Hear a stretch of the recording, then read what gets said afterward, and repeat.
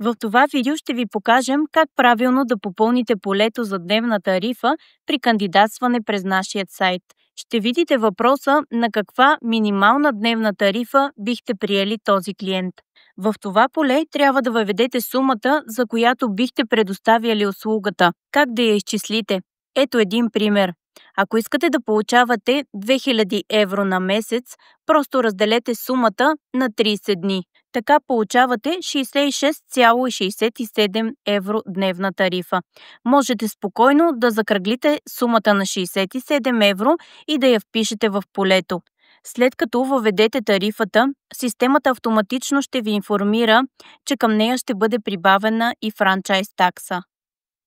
В договора с клиента ще бъде посочена общата сума – вашата дневна тарифа плюс франчайз таксата.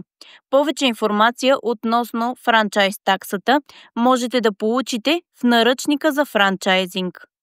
Ако имате затруднения при попълването на полетата, нашият екип е на разположение на телефон 02 832 10 40.